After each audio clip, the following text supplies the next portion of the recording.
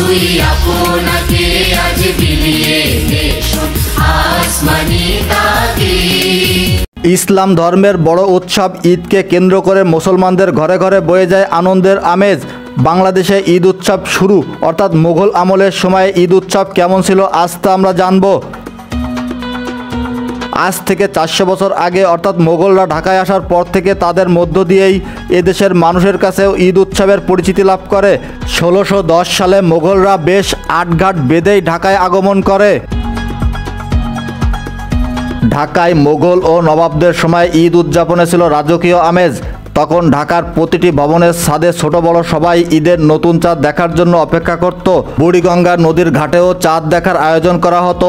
চাঁদ দেখার জন্য বজ্র ব্যবহার করা হতো। তখনকার ঈদ আয়োজনে ছিল চাঁদ দেখা, ঈদ জামাত, ঈদ মিছিল, ঈদ মেলা। চকবাজারে ঈদ মেলার আয়োজন করা হতো। ঢাকা কেল্লার আশেপাশে এলাকায় থাকতো বেশ জমজমাট। রমনা ময়দানেও ঈদ মেলার আয়োজন করা হতো। ঈদ মেলায় খাবারের পাশাপাশি বাচ্চাদের খেলনাও পাওয়া যেত। মোগলদের ঈদ উৎসব চলত 2-3 দিন ধরে। ঢাকায় নবাব বাড়িতে ঈদ উপলক্ষে বিভিন্ন ধারায় আনন্দের ব্যবস্থা ছিল। সন্ধ্যাবেলায় অন্দরমহলে নাচ গানের জন্য আসতো হিজড়ার দল। চলতো সঙ্গীত পরিবেশন ও নৃত্য পরিবেশন।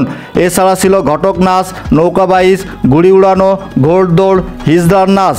তবে ঘোড়দৌড় ও হিজড়ার নাচ ছিল ঢাকাইয়া বাবুদের কালচার। মোগলদের ঈদ উদযাপনের আরেকটি বড় অনুষঙ্গ ছিল মজাদার খাবার।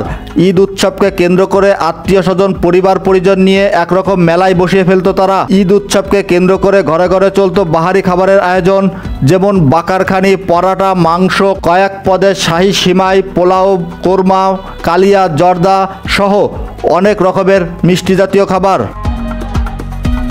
অমন রমজানের ওই রোজার শেষে এলো খুশির ঈদ। Khan TV